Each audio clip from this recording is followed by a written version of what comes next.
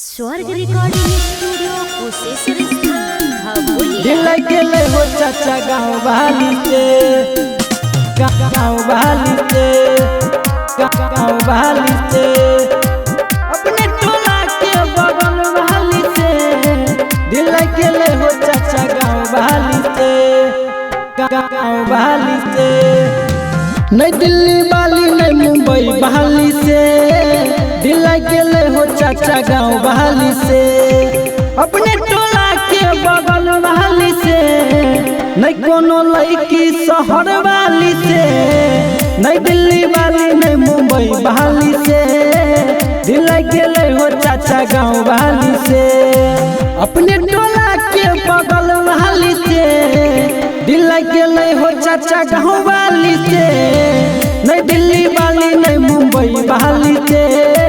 दिल गेले हो चाचा गाँव बहाली से। हाँ हो चाचा मिक्स बाय सरवन साइड अपने टोला के बगल बहाली से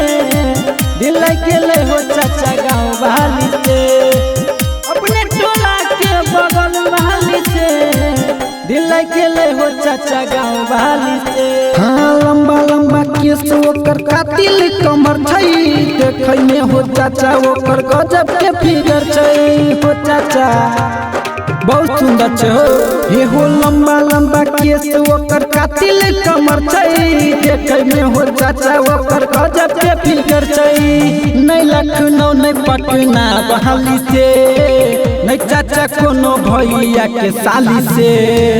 दिल गेले हो चाचा गाँव बहाली से नहीं कोनो छौरी शहर वाली से नहीं दिल्ली वाली नहीं मुंबई बहाली से दिल गेले हो चाचा गाँव बहाली से।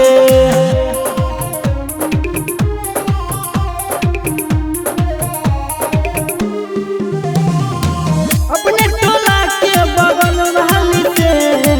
दिल गेले हो चाचा गाँव बहाली से अपने टोला के बगल बहाली से दिल गेले हो चाचा गाँव बहाली से। हाँ चपुस के देखलिए ओहो करलू चढ़ गेले चाचा हमरा प्यार के भूत हो चाचा सुना हो हे हो जब से देखलिए ओहो करलू चढ़ गेले चाचा हमरा प्यार के भूत सरवन प्रिंस नहीं दिल कुछ के साली से नहीं सहरसा नहीं दरभंगा वाली से नहीं कोनो छौरी भैया के साली से दिल गेले हो चाचा गाँव वाली से नहीं दिल्ली वाली नहीं मुंबई बहाली से दिल गेले हो चाचा गाँव बहाली से हो चाचा।